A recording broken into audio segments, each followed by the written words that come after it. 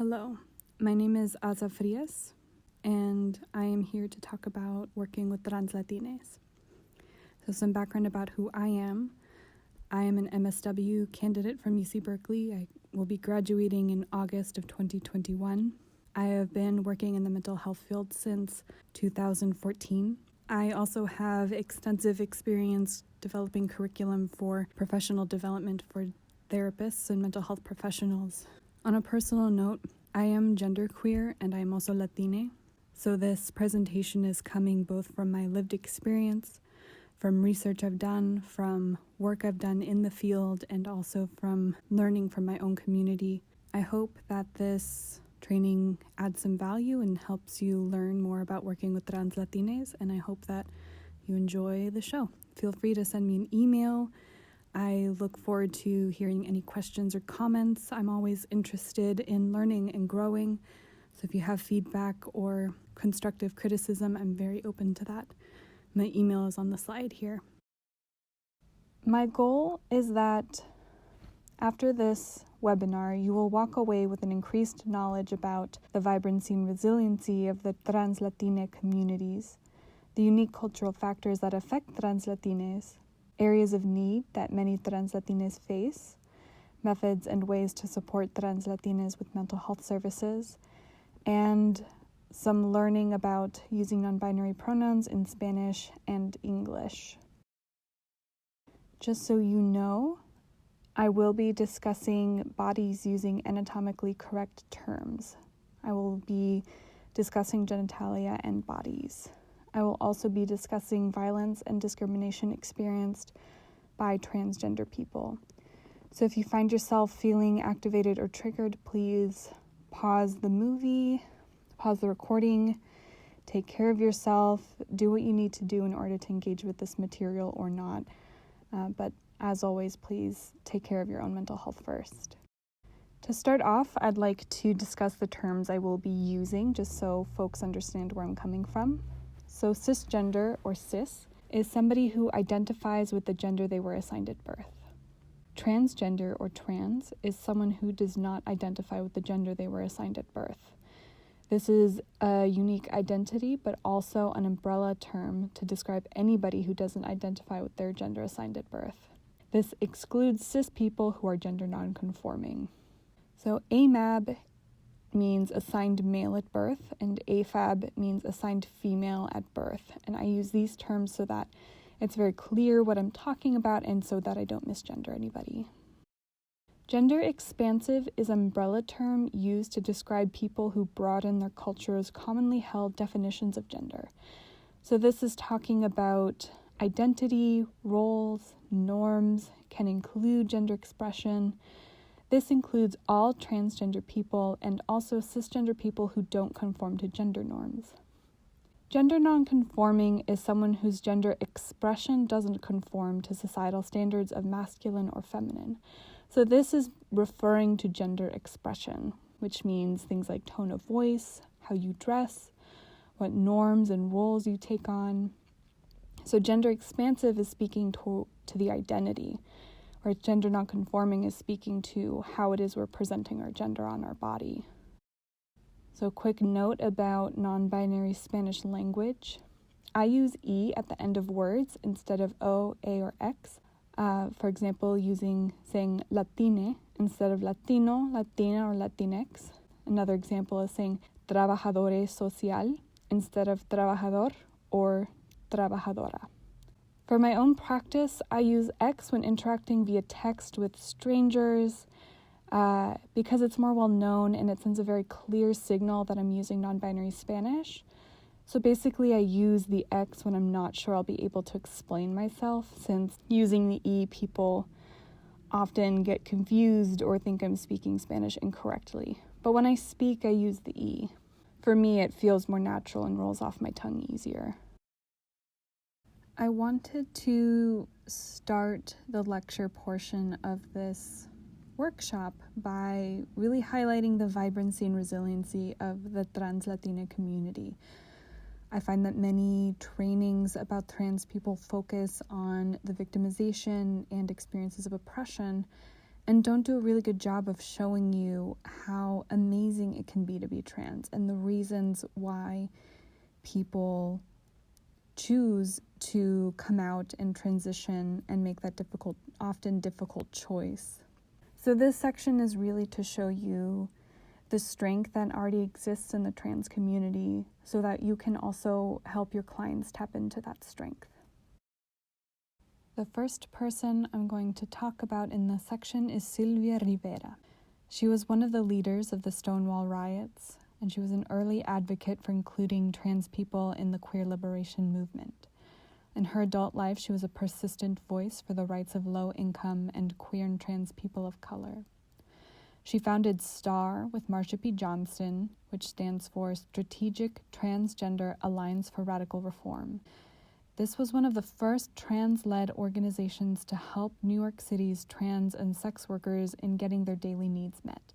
They provided things like food, housing, and community, a lot of mutual aid, and also political advocacy. After her death, the Sylvia Rivera Law Project was created in her honor. Their mission is to ensure that all people are free to self-determine their gender identity and expression, regardless of their income, race, and without facing harassment, discrimination, or violence. They provide legal help for people in New York City. They help people change their IDs, get their immigration paperwork done, and more. They also provide a lot of professional development training to get more providers ready to provide trans-competent care. So they train lawyers, they train healthcare workers, all of that good stuff. They also run community Know Your Rights trainings and provide political advocacy, with some of their themes being prison reform, safe housing for trans people, and more. Next is Jenicet Gutierrez. She is a Mexican-born activist and one of the founders of La Familia, trans queer liberation movement. This is an organization that seeks to build trans and queer Latine power. They do a lot of community building, organizing, advocacy, and education. Areas they focus on include immigration, healing from incarceration or detention, leadership building, and supporting LGBTQ asylum seekers. So she's a strong advocate for trans Latine immigrants, and she became famous for interrupting Barack Obama during a presidential speech to demand accountability for his actions on immigration.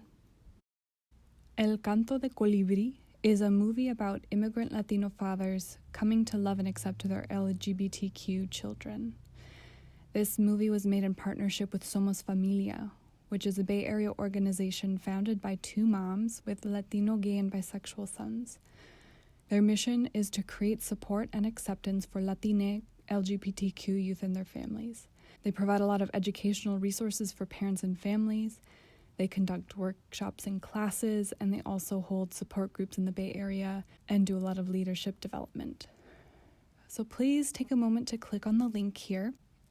You'll be able to find this link in the PDF version of the slides as well. And this is just a preview of the movie, but even for me, watching these few minutes was very powerful to see these fathers talking about their experience.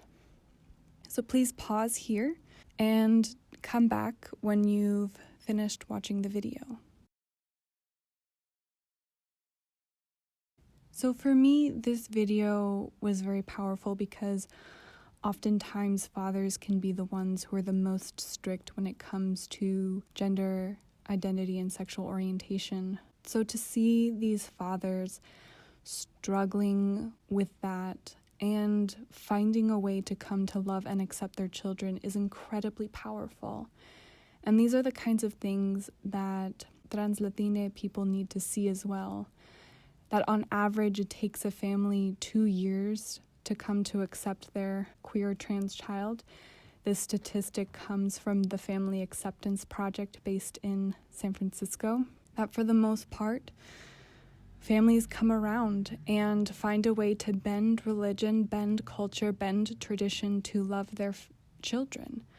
And this is such an important, hopeful thing that we get to hold for our clients. And it's true, not all parents come around, but it's important that trans people see these stories and see that there is hope and that some parents do find ways to love their children and accept and affirm their identities. So Felicia Elizondo was one of the activists who participated in the Compton cafeteria riots in San Francisco.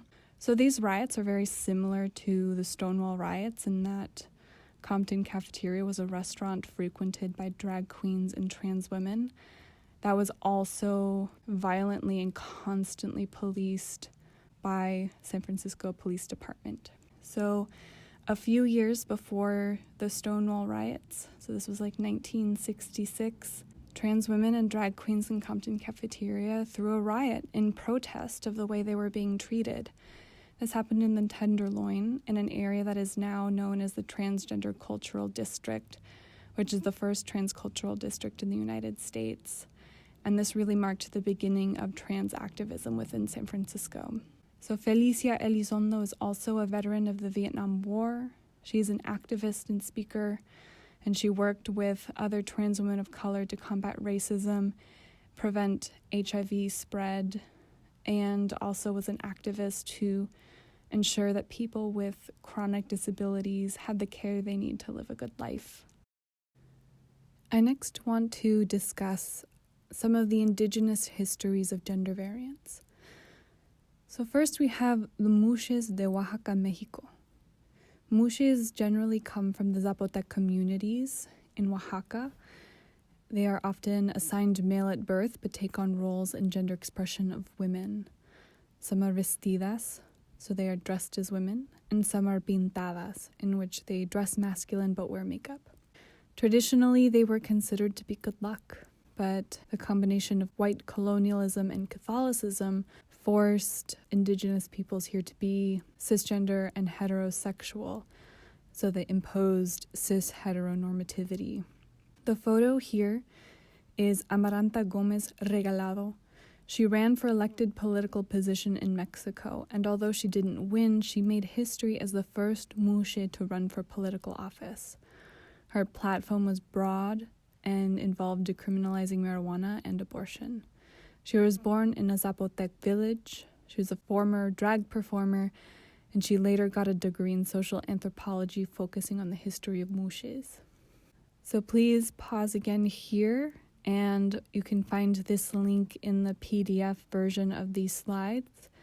This is a 10-minute video about the Muxes in Oaxaca, and it's all from their perspective, so it's them talking about their experiences. I, whenever possible, like to include the voices of trans people in these presentations, so please take this moment to watch this video and to hear about what it's like to be Muxe from the point of view of a Muxe. Thank you for watching that. I include this because I think that there's a beautiful case study here about what's possible when communities honor their histories and honor gender variance. The last quote, in which the Muxe talks about how being a Muxe is like a smile for her, that she loves it so much. This is the resiliency and the vibrancy that it's important for us to hold for our trans clients, so that our trans clients don't feel totally bogged down by the hardships, but rather can celebrate those positives that come from living authentically. Another example is the Cuarihuarmis de los Incas in Peru. So these were shamans who took on mixed gender roles, and their mixed gender attire served as a visible sign of a third space that negotiated between the masculine and the feminine, the present and the past, the living and the dead. That oftentimes those people who were seen as being not just one gender or the other held these important religious positions because of their gender, because of that existing in between. I include these histories because trans people have existed forever. There are some Latine folks who believe that being queer or trans is a white thing, something that's been imported from Western or American culture. But the fact is that indigenous cultures all across the world and in Latin America had rich cultures of gender and sexual orientation variance, and that these histories disappeared when white Catholic colonialism imposed cis heteronormativity and forced everybody into the binary and forced everybody into being heterosexual. So that now, because we've forgotten our history, when people are claiming their gender variant identities, it feels foreign even though it's not. It's in our blood. And it can be intensely powerful for trans people to hear about our history, about how historically trans people were accepted, celebrated, and held important roles in society. It's an incredibly powerful idea to know that we've existed as long as humanity, and that finding that history and connecting to those ancestors can be a huge point of healing. So now we're going to shift in discussing some of the hardships that Trans Latinxs face, and we're going to start by talking about gender norms. So I want you to take a moment and think about what messages exist in Latinx cultures about what it means to be a man or a woman. So I want you to think, how are men supposed to act? How are women supposed to act? What is each group supposed to wear? What are they supposed to be interested in? And what roles do they take on in society? How are we taught how to be a man or a woman? Think a moment about who taught you how to be the gender you are. Who teaches us how we're supposed to act? And what happens if a woman does not act the way a woman is supposed to? And what happens if a man does not act the way he is supposed to? We all have experiences of being socialized to a gender, even if we're white or Latine, that we all have experiences of being taught what kind of gender we're supposed to be and what happens when we don't follow the rules.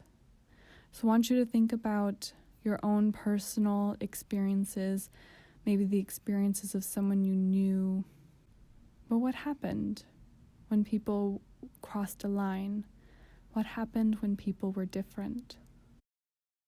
So in the Latina community, there are many, many sub-communities. There's a lot of diversity within the Latina community. And there are some trends that are common amongst different groups. We talk often about machismo, the idea that the ideal man is bold, sexually aggressive, stubborn, assertive, virile, dominant, and independent. That men are supposed to exist in the public sphere, to be politically active, hold a job, and that they're not supposed to have responsibilities in the home. Marianismo is the idea that the ideal woman is morally superior to men. She is selfless and submissive, and possessing great spiritual strength, she is chaste and dependent. Women rule the private sphere. They raise children, they cook and clean, and they are central to maintaining family life and traditions. Parents are key to gender socialization. Studies have shown that Latina parents socialize their children differently depending on the child's sex assigned at birth. That parents are the one who teach us what it means to be a girl and how to do that, and teach us what it means to be a boy and how to do that. So in general, some themes that are common to multiple Latinx communities. For girls, virginity is incredibly important to maintain. So girls often find that they have strict rules around dating. They have restrictions on where they can go, who they can see, what they can do, and they're expected to help around the house and take care of their siblings. For boys, they experience more freedoms, such as later curfews, allowed to get a car and license, and less restrictions on where they can go. They tend to do more outdoor chores, and they tend to get jobs outside of the home earlier than their sisters. Adolescence tends to be when parents become stricter and more rigid about gender expression. So perhaps you have a girl who, growing up, she was allowed to wear boys' clothes, play with boys' toys, keep her hair short. In adolescence, her parents might start pressuring her to be more feminine. They might force her to wear more feminine clothes and grow her hair out long and to relinquish masculine traits.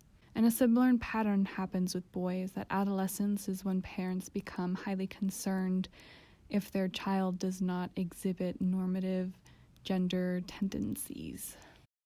So what this means for trans clients is that gender is heavily policed. There are negative consequences that occur if you are past adolescence and exhibiting gender nonconforming traits. Many trans people experience violence from the community. They experience pressure from their parents and family to conform to gender roles, and they feel like outsiders often. When we say that parents are key to gender socialization, this also means that parents are often the location of strict punishments when their child does not conform to the gender binary or to the gender they were assigned at birth. That parents can be punitive, and that the place that children go to for love and support becomes a place of rejection and pain. That this is something many trans people experience, that it feels like a betrayal, that the people who are supposed to protect you are the ones that are hurting you. So another cultural factor that I want to discuss is colorism and anti-Black racism.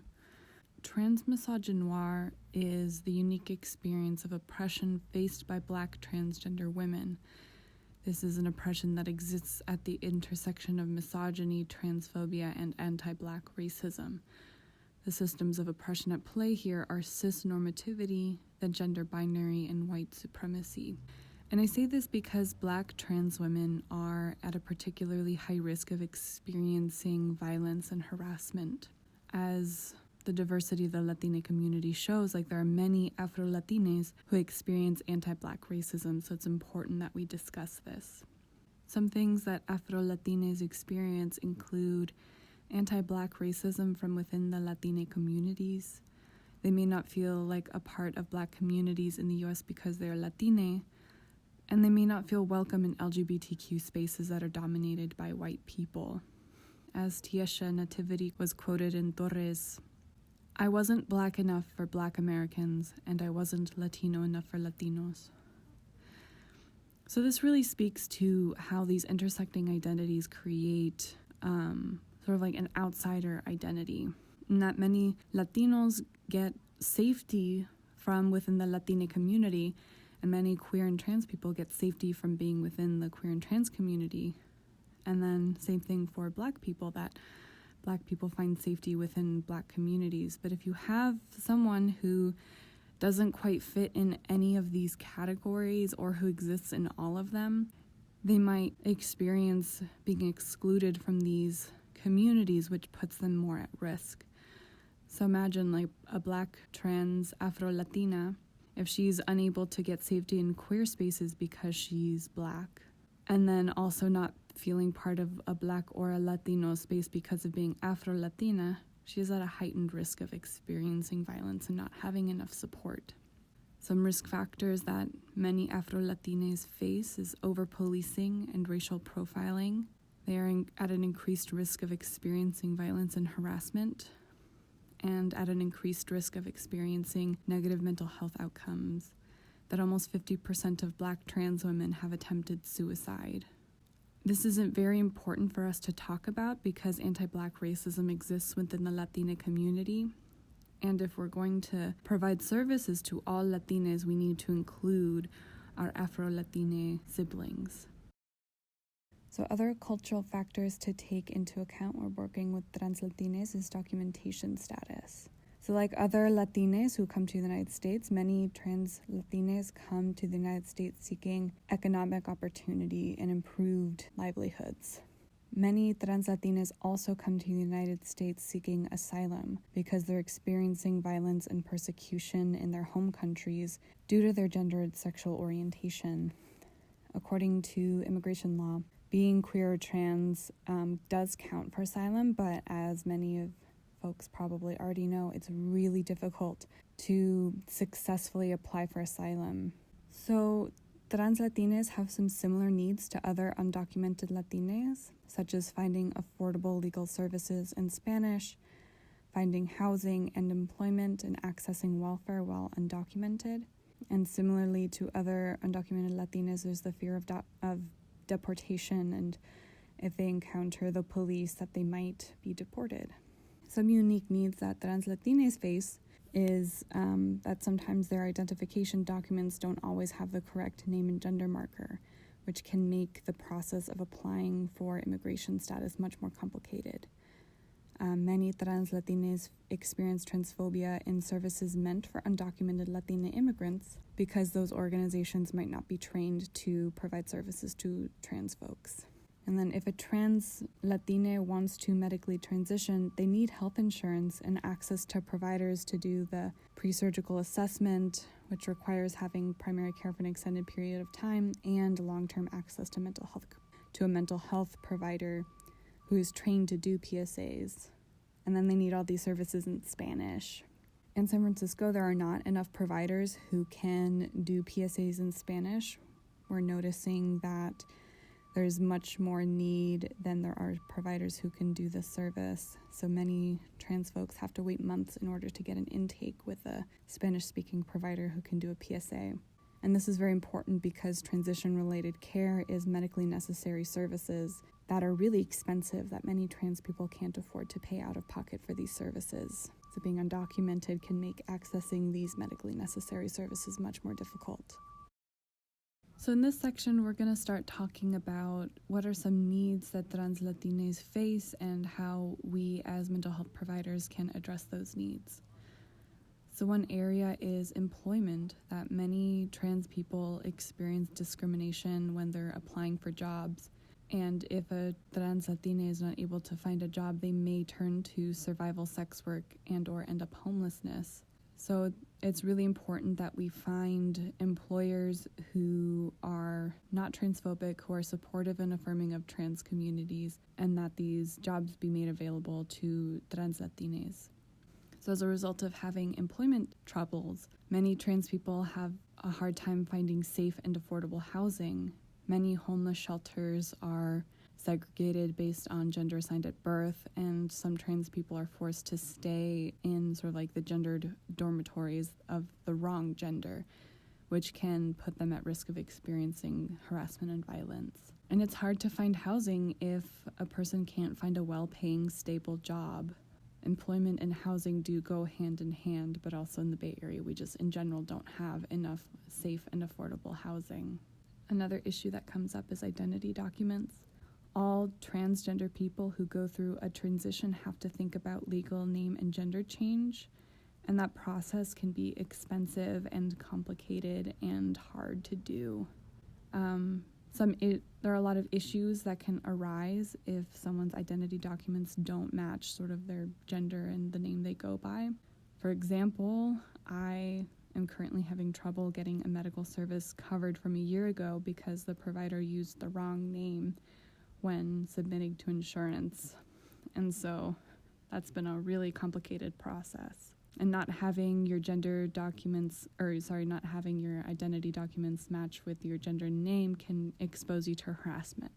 Like, for example, if a trans person goes to a bar, they have to show their ID to the bartender, and if their ID doesn't show the right gender and name, or if the picture on there is different, the bouncer may notice and may deduce that the person is trans, which can then expose the trans person to harassment. And this is a common issue that for trans people, visibility often puts them at a higher risk of experiencing transphobia and victimization and harassment. So when we think about whether or not a person passes as cisgender, whether or not they are sort of easily identifiable as trans, like these are safety issues for trans people as well. So another area of need is immigration, that many trans people come to the United States seeking job opportunities, increased freedom of expression, the ability to live authentically. But due to persecution, many trans people are missing the correct documentation, or they entered without the proper documents, and it's just very difficult to legally immigrate to the United States. Another area of need is accessing mental health care, that there are not enough providers who can do trans competent care in English, and even less that can do so in Spanish. And that trans people need regular access to mental health care in order to access medical transition, that in order to get surgeries and hormone replacement therapy, trans people need to get a mental health letter or the pre-surgical assessment to get their insurance to cover these medically necessary procedures. And because many trans people can't afford to pay out of pocket, this becomes especially important. And then accessing medical care can be an area of need, like mentioned, transition-related care, but also HIV prevention care and access to PrEP and PEP. And the thing is that many trans people experience discrimination and harassment in doctors' offices. So that results in many trans people avoiding going to the doctor in order to avoid harassment. In some states in the United States, it's illegal for doctors to refuse care to transgender patients on religious basis.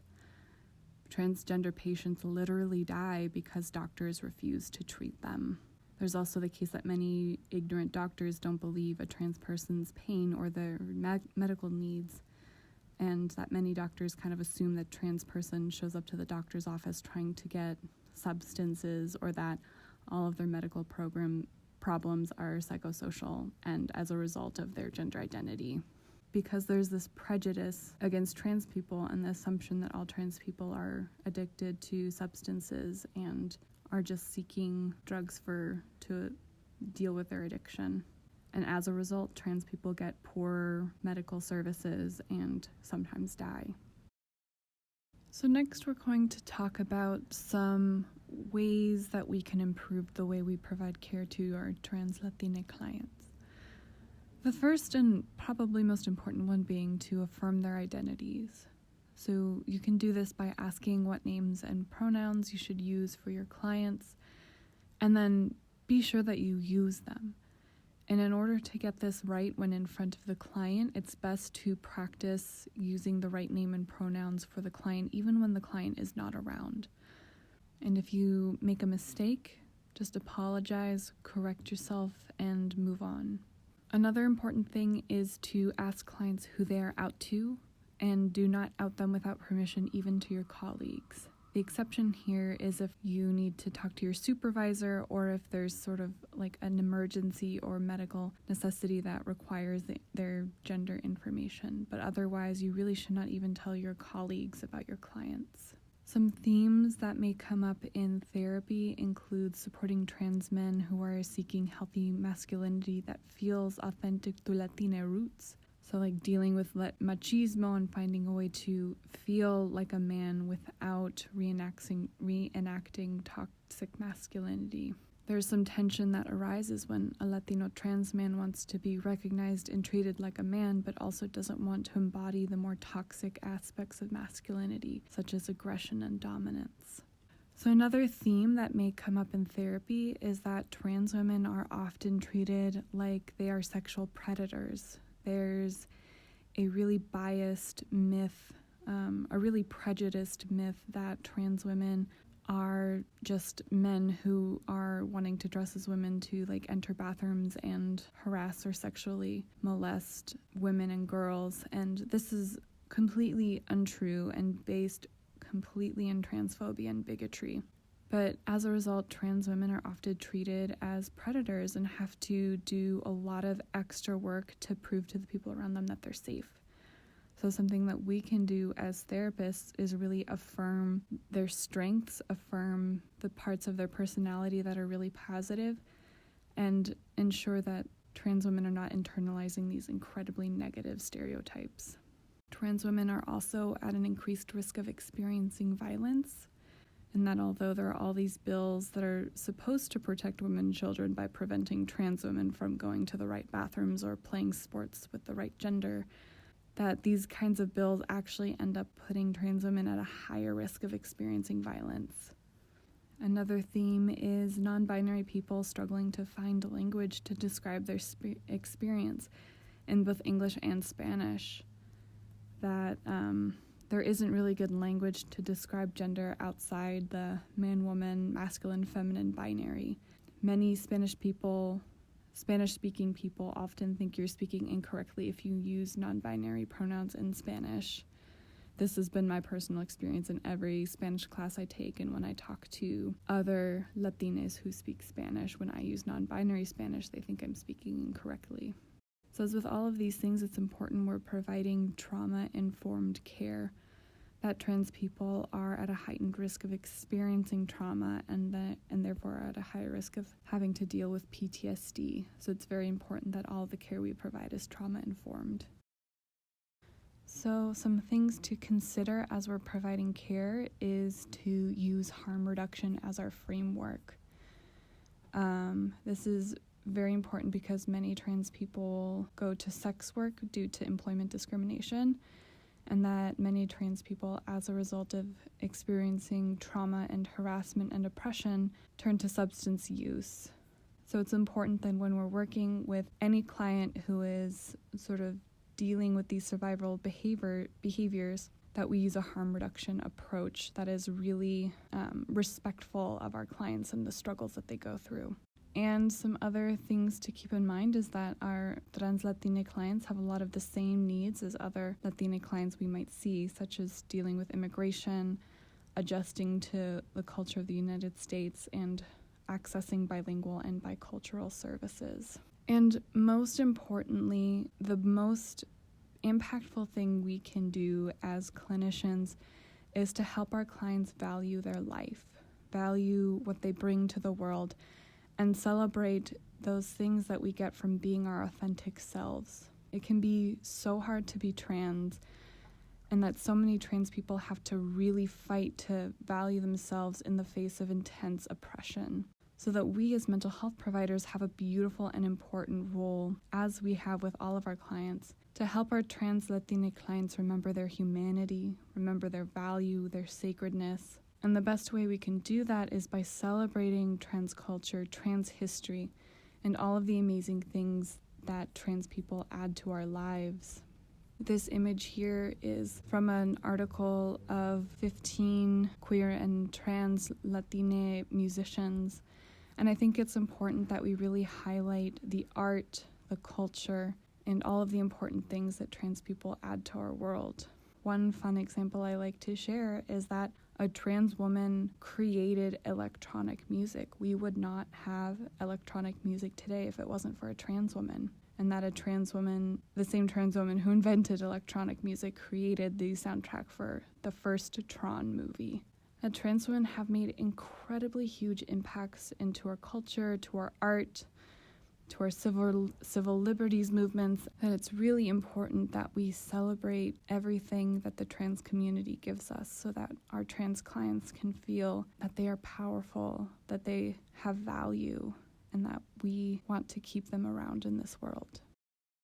So the last portion of this training, I will be talking about pronoun usage and specifically using non-binary pronouns. So we're going to start with the English because it's a little bit simpler and less time. So if you look at this slide, it has a box with sort of like at the top, the traditional she, her pronoun set, so you can see what it looks like. And then below that is a bunch of different non-binary pronouns. And the thing with non-binary pronouns is that each trans person will sort of choose the pronouns that align best with them. So you might have clients who use different pronoun sets than others. So it's really important that we ask pronouns and that we take time to practice using pronouns that are unfamiliar to us. And this is something that it really just does take practice. It's a new thing, and you have to retrain your brain to think differently about a person and to think differently about language. So one way that I like to practice using new sets of pronouns is that I have a cat. His name is Milo, and because he is a cat and doesn't understand gender or language, if I need to practice a new set of pronouns, I will just start referring to Milo using that set. Because he doesn't care, it doesn't offend anybody, and he's a cat. So, for example, if I want to practice the thre pronoun set for Milo, I might tell a story to someone saying, my cat is named Milo, and Z likes to pounce on me all the time. Z especially likes to pounce on me when I'm getting ready for bed. Z's not allowed to sleep in the bed with me because Z takes up half the bed, so I think Z gets mad and takes it out by lightly tapping my feet with Z's paw. It's cute sometimes, and sometimes it startles me, and then I scream because I startle easily, and then Milo runs away because now Z's startled. It's a whole thing. So I highly suggest you pick a pronoun set that seems interesting to you and just talk about your pet. Or maybe you have a friend who has a pet that you've met. If all else fails, you can talk about your plant as if they're alive, or rather as if they have sentience. So in the resource sheet, in the handout for this, I think it's called Frias-pronouns ing. There is a website called www.pronouns.-18.org.au. And this link will be put somewhere you can have access to it. So this is a really great website where you get to pick a set of pronouns to practice, and it'll sort of explain the grammar and then give you quizzes and ways to practice using that pronoun. All right, so now we're going to talk about using non-binary Spanish. I'm going to explain this in English because I am more familiar with English. There's a whole page that is made available either through links on the bottom of this video or emailed out that have this explanation in Spanish as well. So similar to English, there are a few different versions of non-binary pronoun sets, and I'm including a few of them here, and same with English, you just kind of have to ask each trans person what set they prefer. So first we have indefinite articles. So the traditional articles here would be un, uno, or una, unas. So like una estudiante, uno estudiante. So to say that without in a non-binary way, you can say une or unes. So une estudiante, unes estudiantes. Also uni or unis. Uni estudiante, unis estudiantes. For definite articles like el, los, la, las, so this would be like la estudiante, los estudiantes.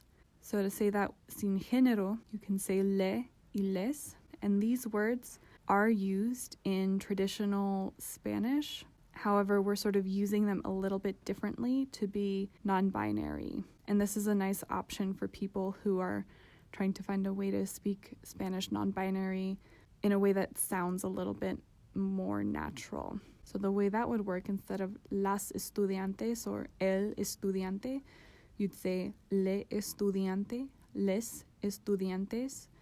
Another option is o or oles. So ol estudiante, oles estudiantes. So for a indirect object pronoun, so that's like lo, los, la, las. En español, un ejemplo es lo vi en el cine. ¿Por qué no los saludaste? So another option to do this without gender is again using le y les. Le vi en el cine, or for plural. ¿Por qué no les saludaste? Another option is lu y luz. Lu vi en el cine. ¿Por qué no luz saludaste? Or ol or oles. Ol vi en el cine, ¿por qué no oles saludaste? So now we get to personal pronouns. So these are things like él, ellos, ella, ellas. So these are referring to people. You can use ella or ellas. So ella va al cine, ellas van al cine. Or ol y oyes. Ol va al cine, oyes van al cine. And for the ending of words, so instead of using O or A, por ejemplo, abuelo latino or abuela latina, you can use E at the end of word, or ES. For example, le abuele latine, les abueles latines. You can also use an I, so le abueli latini, les abuelis latinis. And you can use X as well. So that would sound sort of like le abuelix latinx or les abuelixes latinxes. For my personal preference, I don't like speaking with the X because it doesn't roll off the tongue as easily. I generally use the E and the ES because it sounds natural and it rolls off the tongue easier. So when we're thinking about speaking Spanish without gender or non-binary, conjugating the verbs stay the same. So the verbs that we use to refer to someone only change according to traditional grammar rules, like depending on how many people you're referring to. Also, the pronouns and indirect object pronouns and definite articles and all those things. If it refers to an object or other people who are not non-binary, then those words stay the same as well. So if you're talking about a girl who's a student, you would still say la estudiante. Also, if you we're not talking about changing the gender of nouns like la mesa, that stays the same. We're only changing the personal pronouns that refer to a specific non-binary person. You can also use non-binary pronouns if you want to refer to groups of mixed gender, because in Spanish, if there's a group of women and even just one man, you would use ellos, sort of you would default to using masculine pronouns. So some feminists are arguing for using ellas for those mixed groups so that it's not it's similar in English, the fight against having the sort of default be the he, him in legal things and other literature. So some feminists are arguing for using non-binary pronouns when talking about groups just to avoid the masculine as default. In this slide, we have sort of groupings of pronouns. And I sort of put these sets together to give you an example of how a trans person might use a whole set of pronouns and different, and then I have examples of them use in a sentence. So just review this. There's a lot of different variations, the different combinations, but these are some of the more common sets that you might run into. So now we come into some terms to describe the family. So this is using the E at the end of words. And I just wanted to include this so you have some language when we're talking about people. For the most part, it's pretty simple, hijo or hija becomes hije, hermano becomes hermane. A new one is for parent, because normally you would have padre y madre. So one way you can say parent that without gender or a non-binary ways, you can say ma padre or you can say sadre. So that's spelled with an X but the X is pronounced like a Z. And that sort of depends on the trans person what terms they want to use. And the rest are similar, just adding an E at the end of the word turns it non-binary. So and if you want, you can say instead of marido, you can say maride. Esposo or esposa becomes espose. Suegro becomes suegre. Adding an E at the end of words is a pretty easy way to turn these things gender neutral. So for some words, if you're going to use E at the end, you need to change the spelling to keep the sound the same.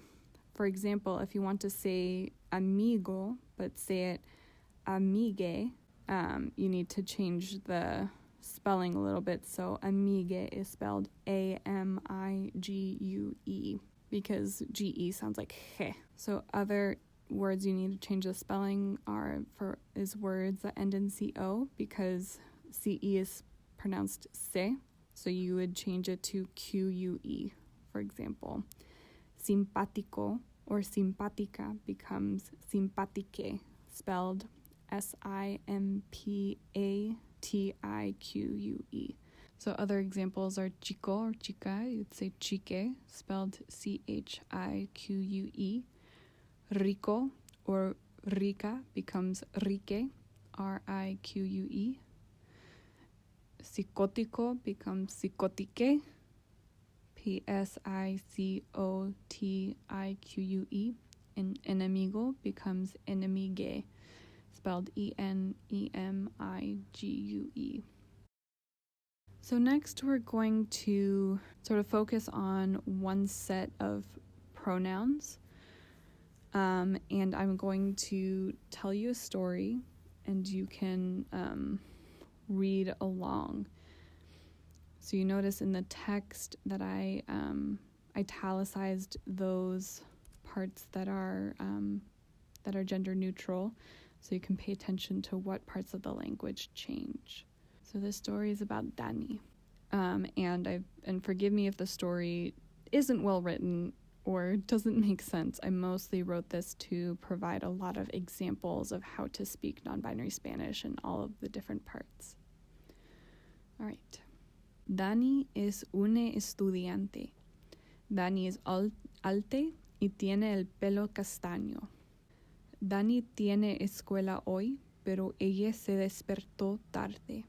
Ahora ella tiene que darse prisa. Ella se quedó despierta hasta muy tarde anoche. Anoche pasó tiempo jugando videojuegos. Ella tiene miedo porque ella va a una nueva escuela. Dani es una estudiante nueva. So in this case, because adding the E at the end of nuevo or nueva becomes nueve, which is a number, you can use I in this case in order to get rid of some of the confusion. So nuevo or nueva becomes nuevi. A Dani le gusta correr. Ella es buena para correr. A Dani le gusta la clase de literatura también. Ella es una buena escritora. Dani tiene una amiga, se llama María. María dice que Dani es una buena amiga. María también dice que Dani es muy amable. So in this case, this adjective amable ends with E, so you don't need to change it. Después de clase, ella tiene que ir a una cita con su terapeuta. Dani se siente triste porque su hermano se murió hace un año. Él se llamó Marco. I include this example to show how the non-binary Spanish doesn't apply to Marco because Marco is a boy. Dani es la hermana de Marco. Dani tiene síntomas de depresión. Dani es deprimida. El terapeuta dice a Dani, ¿cómo te sientes hoy? ¿Has escrito en tu diario?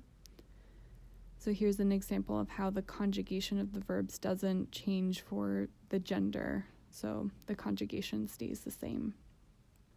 Dani responde, sí, escribí sobre mi hermano. Él era la única persona que sabía que soy no binaria. Tengo miedo de contar eso a mi familia. So in Spanish, to say non-binary, you say no binario, but this is still a little bit gendered. So some non-binary trans people prefer no binarie, but you can say no binario and you'll be fine. Dani habló de sus sentimientos con su terapeuta. Ellas hablaron por una hora. So this is an example where we're using ellas, and even though we're referring to both a man and a non-binary person, ellas is more affirming of Dani's gender. And like I mentioned before, some feminists are arguing to use ellas for mixed gender groups in general because of they don't want masculine to be sort of the default. Después de la cita, Dani se siente mejor. Ella se siente más feliz. Ella está tranquila. At the bottom of the handout, there's a bunch of resources to continue learning, because there's only so much that I can talk through and have you absorb. So there's a bunch of different guides, and I think presenting the information in multiple ways is really helpful, as well as some articles about how this non-binary Spanish is being advocated for by Argentinian teens, by people in Latin America. There's a little bit of a misconception that non-binary Spanish is sort of like a Western import from people in the United States, and that's incorrect. That the X was first used in Spain and South America, and that even if it arose more from sort of United States groups, it still arose from Latine people in the United States. Non-binary Spanish has been something people have been arguing for many years. It's another one of those long history things that's really important to keep in mind. So thank you for listening to this recording of this training. Feel free to send me an email if you have follow-up questions. And I do encourage you to keep asking questions and keep learning. This is all potentially new to you, and anything that's new to you, it's important that we give ourselves grace and time and practice and kindness. That putting the work in is really important, because this is the kind of thing that will help our clients feel really affirmed, that will help our services be really useful and helpful for our trans clients. And I hope that you continue learning and continuing providing very important services to the Trans Latina community. Like I said, send me an email if you have follow-up questions, and thank you for watching.